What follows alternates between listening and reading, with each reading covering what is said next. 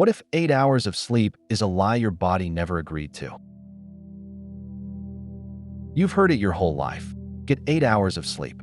But a handful of people sleep just 6 hours and wake up completely refreshed. No alarm clock, no coffee, and scientists discovered it's hardwired into their DNA. So why do the rest of us need 8 hours? And what happens if we don't get them? The 8-hour rule didn't come from science. It came from a factory.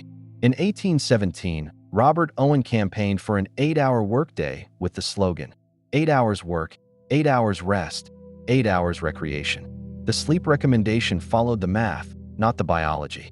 In reality, the National Sleep Foundation says adults need 7 to 9 hours, a 2-hour range that most people ignore.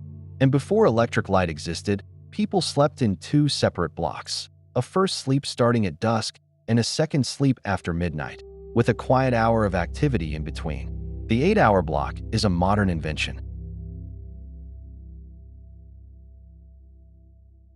Your brain doesn't shut off at night.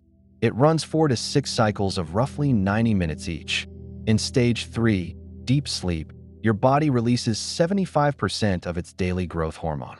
Your immune system rebuilds. Your muscles repair. Then comes REM sleep, where your brain is almost as active as when you're awake.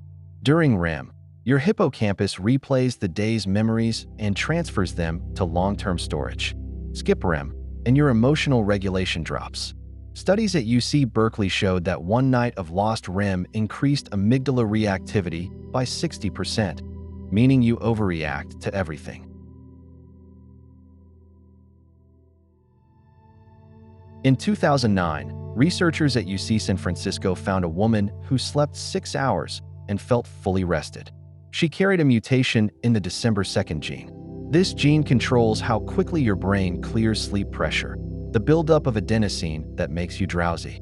With the December 2nd mutation, sleep cycles run more efficiently, deeper sleep in less time. Only about 1 to 3% of the population carries this variant. The rest of us can't train ourselves to need less sleep. It's not discipline, it's genetics.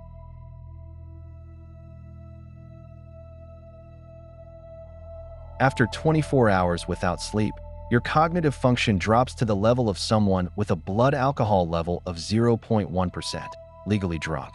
After 36 hours, your body starts producing excess cortisol and inflammatory markers.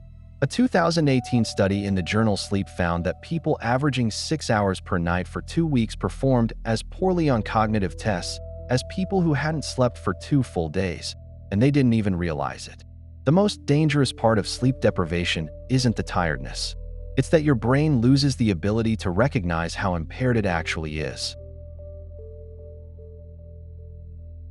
If this made you rethink your bedtime, subscribe to Curious Science. Next time, we're exploring, why do flamingos stand on one leg?